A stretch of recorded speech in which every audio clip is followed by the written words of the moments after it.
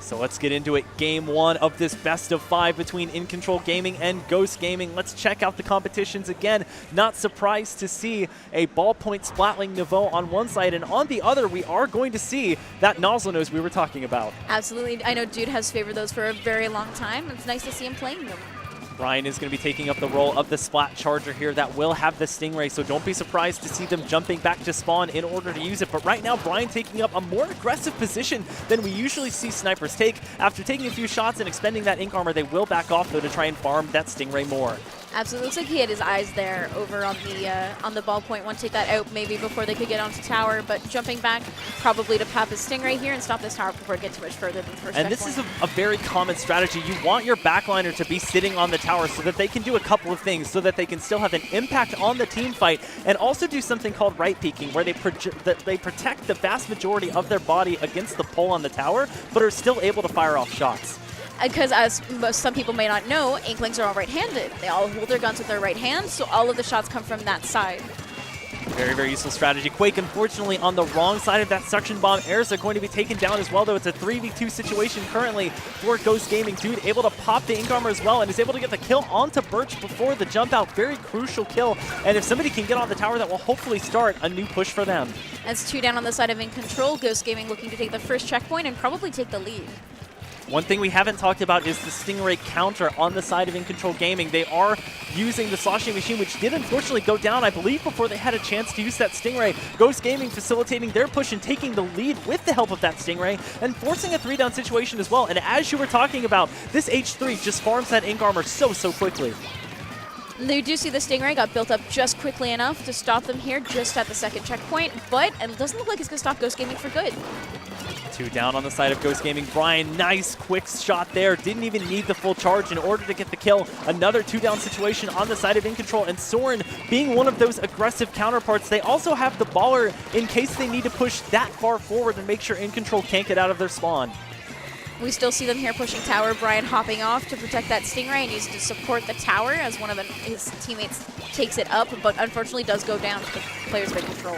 That's one of the unknown benefits of a Stingray, is that as long as the enemy team is distracted by that Stingray, regardless of whether it's specifically on tower or not, it still is a great way to keep the tower pushed while the enemy team is distracted. Biscuit going down to a well-placed bomb there from Brian, who is all the way backed off and out of the way of that Stingray. So for now, the push will be done, but 16 on this map can be a little difficult to come back from. Incredibly difficult to come back from. Passing that second checkpoint where you're sitting up right in the eye of everybody coming in from spawn is so incredibly difficult. Yeah, once you get up to that plat and you're pushing to the third checkpoint, it essentially becomes a crazy cluster on top of that plat. We did see a lot of bodies drop, I believe 3 from both sides. Quake still sharking around and was able to maintain that baller. However, they are being targeted by Brian, so they're going to have to hang around by the tree here and unfortunately expend their baller a bit sooner than they would like. However, able to get a kill there onto Soren, which may start a new push. And going down to a bomb there, so both dually players on both teams are down. Dude coming in with some paint on the side. They're looking just probably to get a bit more control here. They don't really need to worry a whole lot. They've got a pretty good push, a pretty solid lead. Yeah, the only thing Quake really needs to worry about is dying to those bombs. I believe we've seen them die twice on stream already. Dude able to pop the ink armor as well and start to push forward here. They're going to be able to get a couple of shots and the parting shot there on that sloshing machine, so able to avenge their fallen teammate. That's a 2 down, now 3 down, full wipe situation there forced onto InControl Gaming. So now Dude can sit back, farm another one of those ink armors, and let his team push the tower back to mid. The skill of Dude to be able to hit that shot from mid with a nozzle nose, I am impressed. Hadn't even seen Erza yet wearing this power armor. That's sort of a piece of armor of lore, of legend that goes all the way back to Splatoon 1, but it's something that sees quite a bit of play to this day, and it helped him there get a kill onto Quake, looking for another shot there, but they're being 2v1 by the other sloshing machine and by the blaster as well. Able to get a couple of parting shots, but not enough for the kill. Unfortunately, just was a second or two away from being able to successfully farm that splashdown, and they will go down as Ralsei hops on the tower. They've got 40 seconds left here, and Brian's sitting pretty with that Stingray. They need to bait that out now if they need to get this push in. It's going to be almost impossible in overtime to get that push in if they still have that Stingray out. Both teams sitting on a Stingray, and here comes Ghost Gaming's and also InControl Gaming's. Basically, that's another strategy that gets used, is once one Stingray gets popped, the other person with Stingray can use it to counter the first one, thereby leaving the tower unchecked, which can be super important if you're in a desperation time push like InControl is now. Beautiful shot here from Birch, taking out one of the primary front lines from Ghost Gaming. Now, if they can get Urza out of the way, they can get something going.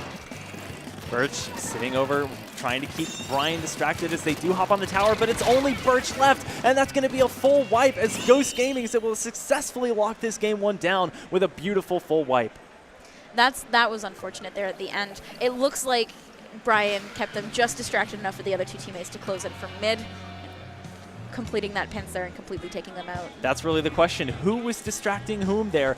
Dude dropping an 18 bomb facilitated by 6 Ink Armors. Erza following that up with 14 on the Kinsa Sloshing Machine. We talked as well about how large that hitbox is for that weapon. He was just firing shots over that block. A very textbook play for a Slosher player. Absolutely. And that's what makes it so incredibly dangerous to fight against and so incredibly strong in this current meta. It's multifaceted. You don't even really need the splashdown as much, especially on something like tower control. It can almost be just like a panic button if you get in too deep and want to stay alive. Your main assets with that weapon are the Fizzy Bomb, which if you hold it down all the way, it not only has the projectile in front of it like a curling bomb, but it also releases 3 rather large pools of ink, which can help you get in deep to a situation if you're running a very close to mid-range weapon like that. And every time the Fizzy explodes, it moves a little bit closer to you, which, as many players often react instinctively, try to back up from, which puts them back in danger. Essentially, they're taking about 35 to 40 damage each time, which if you do get hit by all 3, that is enough to just take you out from 100% health. But we do jump in now to game number 2, which will be Rainmaker on Starfish main stage. I know Starfish main stage went under a little bit of a change in the last several months, and now they're going to be experiencing it yet again as we jump into Rainmaker. For sure, and that renovation that they did here on this map provided a lot more options for opening and for pushing. Yeah, basically teams now only have one option to go forward that they like to take, and that is just bum rushing it up mid. They no longer can successfully go left a lot of the time to even get to the pedestal. Nice start here though, Quake acting very aggressively as a Dualies player would, but Brian with the tap shots able to keep his composure and stay alive. And that's 2 down on the side of InControl. Ghost Gaming looking probably to take a nice early lead here. Able to pop that Stingray right in mid there, able to get 1 as well on the Biscuit. Dude, getting a nice push up to 23, and that's going to be difficult to beat. Although I will say this map is one of the ones where I think if you have enough time like this team does now, you can push it all the way back to the opponent's spot. But not if Brian is able to get even more points there. That's 6 extra points gained, getting them into the teams. Getting up around that corner that Brian was just at is probably the most difficult part. So getting it to 17 here is a fairly decisive lead. Birch had the bright idea to take high ground, but Erza already there trying to 2v1 Ralsei and Biscuit unsuccessfully, but in the meantime, Soren able to take it all the way from 17 to 5. This Rainmaker just refuses to leave the InControl side of the map, and finally it looks like they have them backed off. Brian very smartly deciding to back up and wait for the rest of his teammates to come back in, while InControl completely pushes up and is looking to get the upper hand. Biscuit expending an Inkjet there, able to push forward, and not really getting any kills, but you don't always need that. As long as you're backing the enemy team up, that's good enough as they're looking really to just get control back of mid. It looks like Ghost Gaming is getting the upper hand yet again. I don't know if it's just the aggression coming out from these players. What do you think? What's giving them the upper hand here? Nicely done there by Erza, able to get 1, looking for a second, able to get the second there onto Birch. Didn't have enough time to get the third, but they have forced the 3-down situation. Dude with enough ink to push forward, and he will successfully dunk it on the pedestal, and that is game 2 going to Ghost Gaming. Absolutely. That was a decisive game. We didn't see a whole lot coming out from InControl in the way of pushes. Yeah, all we saw really was them constantly respawning over and over again. They did at one point have a chance to push forward into mid, even expending an Inkjet from Biscuit to do so, sort of a relic of a time long past using those end parries, and that really was not enough. They needed to get picks with that, at least just a parting pick. If you can sort of stagger the enemy team, that'll at least allow you to get the Rainmaker out of your own spawn and at least back into mid.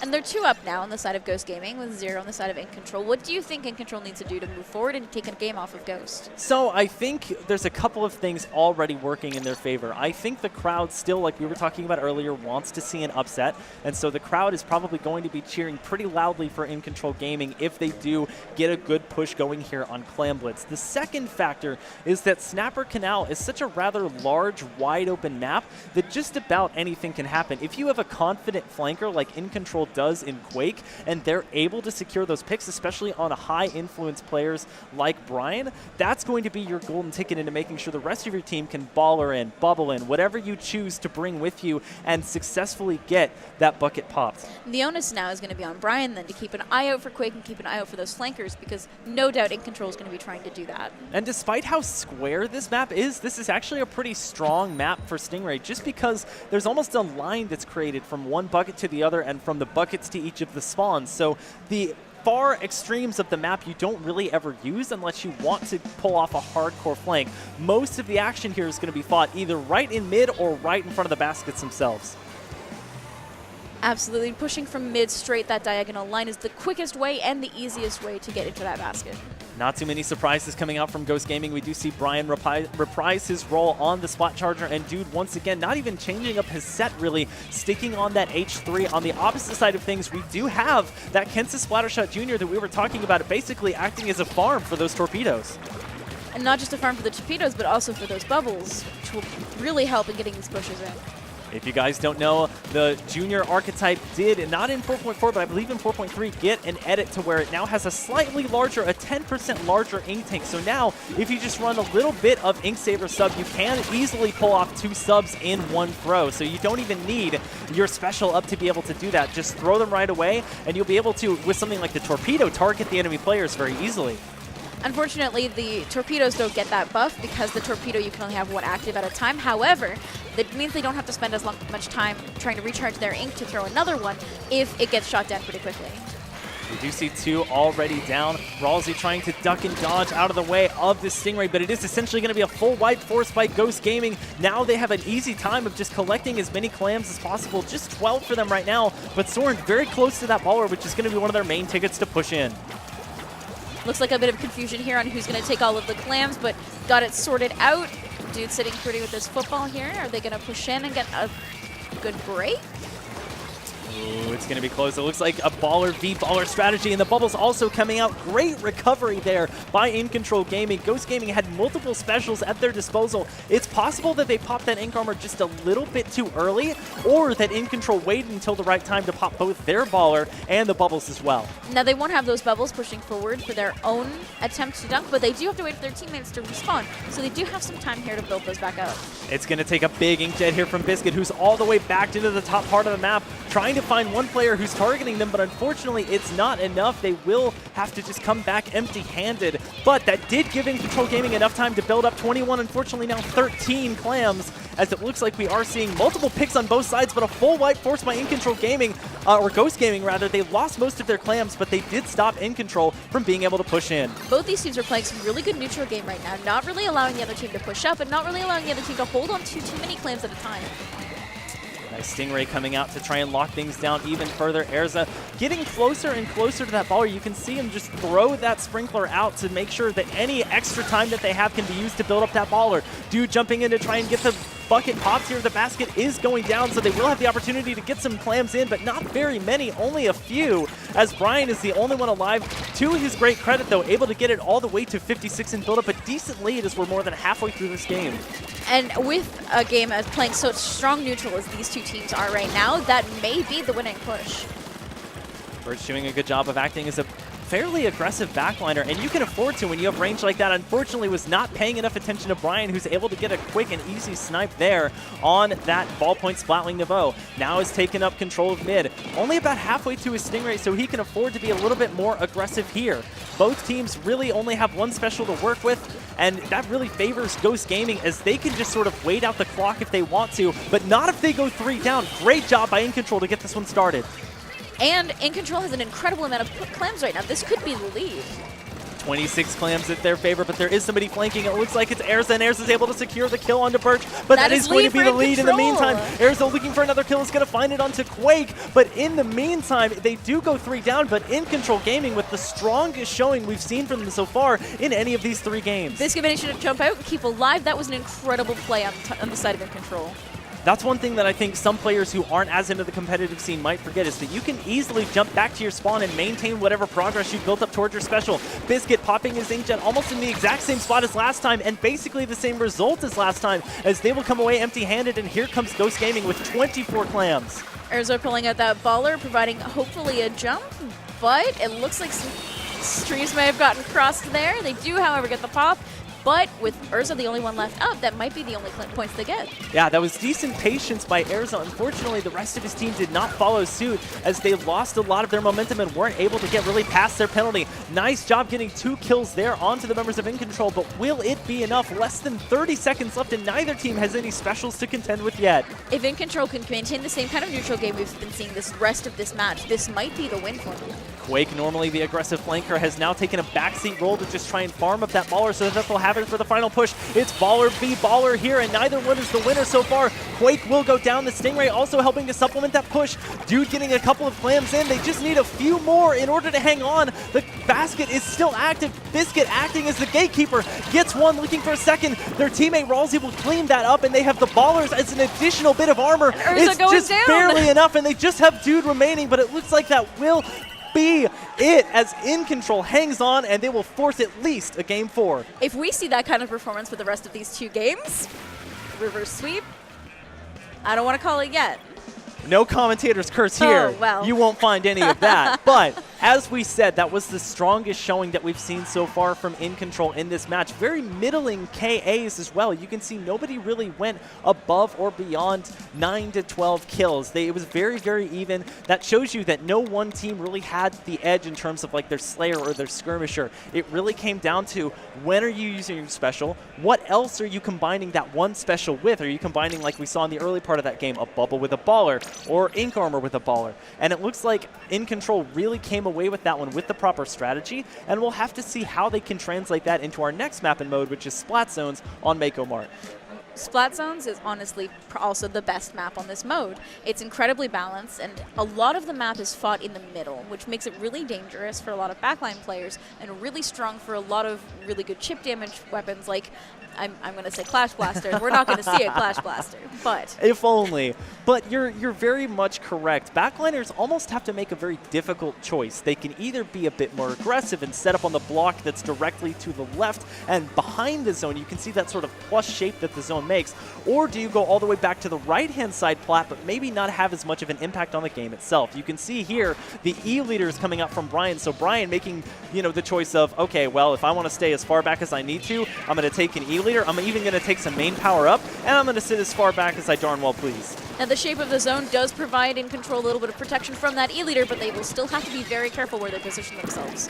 Yeah, that pillow in the middle of the zone is also going to help provide a bit of cover. A 3-down situation forced by Ghost Gaming, so they're looking to reclaim a bit of their lost glory from Game 3. Soren just sort of sharking on the zone, has the splashdown at the ready. Again, as we talked about, that's not the main aspect of this kit. Soren can tend to just sit on the zone and throw as many fizzy bombs as he wants. Unfortunately, going down with that splashdown means that he'll retain some of that splashdown when he respawns.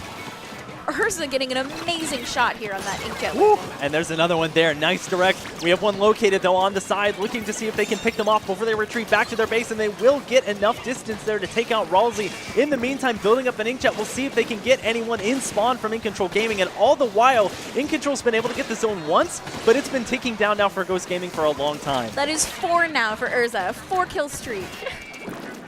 Got to monitor his progress very, very closely. We do see the counter Inkstorm coming out in addition to the baller, so InControl doing a great job of holding on to both their specials and using them at the same time. Another splashdown that is foiled there, unfortunately, and that is one of the things that is not the same as something like a Booyah Bomb, whereas the Booyah Bomb gives you a bit of armor. Wow! Oh my gosh, I have to cut myself off here mid-sentence. Splashdown really doesn't give you any sort of armor. Booyah Bomb does, so you have to be very careful when using it that you're not already going to die.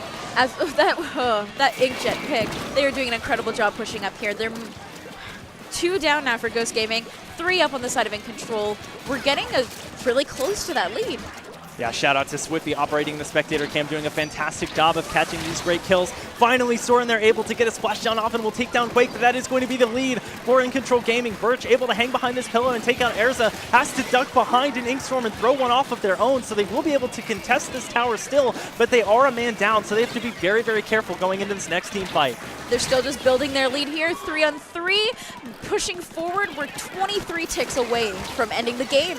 Ooh, and that was almost exactly what you talked about with Birch backing up. He was smart enough. They were smart enough to take a bit of a path to the left, but they will end up going down, and it's 2 down on the side of Ghost Gaming. They will get 2 down on the side of InControl, kill, though, and they still have this Inkjet to contend with. Erza doesn't want to have to use it if he doesn't have to. Get some indirect damage off. This blaster 1v1 is insane, and they'll cap it off with a 180 direct. They will go down because of it, but what a show they've just put on. That was an incredible blaster fight. Now, they did take the zone here, so Ghost Gaming applied a penalty to InControl to the cost of 60 points. However, we still got 2 minutes left in this game. Ralston was just staring down the menacing eyes of an ink-armored up Inkling. That's a scary sight to see indeed. They have been building up their splashdown, so if they do want to push forward and use it on the zone, they'll have to be quick. The baller coming in, and Brian countering with the Inkstorm there. Able to get a couple, and that's 2 down for Ghost Gaming. They're able to hold on and give a penalty of 43 to Ghost Gaming with just 1 point left to tie and 2 to take the lead. A minute and 45 left in this game. This is getting down to the wire. This is an intense game. We're going to try and tone it back just a little bit, save some of the hype for the end of it. Ralsei hanging out. Nice direct there to take out Erza, using this box to try and stay alive. Another direct to cap off Dude. They didn't need that one. Could have had the indirect there, but a great double kill to hold back the members of Ghost Gaming.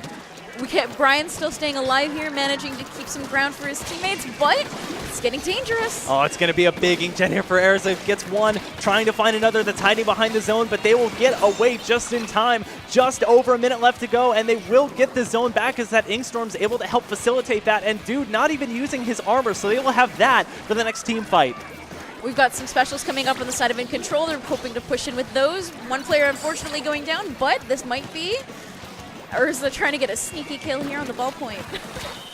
Yeah, Ralsei not going to be able to pull off any shenanigans there. InControl able to get the zone back and give a bigger penalty over to Ghost Gaming. Birch still hanging out by this zone. They will get a little bit of help as Soren goes down, but it's a 2v2 situation now as Dude getting so close to that armor does not want to use it yet, though, as they will need it for this last team fight when everybody's up. We see Brian here is pushed up on the left onto their own team's boxes, taking on a more aggressive position to try to head off InControl before they can get back in. This penalty getting dangerously low, and that will be the lead for Ghost Gaming, and now it's going to have to take an overtime push in order for InControl Gaming if they can even get the zone back to take this one. They do have the baller coming out, and that will be a 2-down situation for Ghost Gaming, and they will take it back with 18 on the point meter for Ghost Gaming, but they do have quite a sizable penalty to get through, and they've already lost 2. It's a full wipe. It's not going to be enough. I don't believe they'll have enough time to get back to the zone, and that should cap it off after a bit of a scare. Ghost Gaming will hold on in Game 4 and take the set 3-1. So we were talking before this match over who we thought had the chance to take out Ghost Gaming. And with this showing from InControl, if they can run all the way back up through loser's bracket, I don't know. A 20 ball.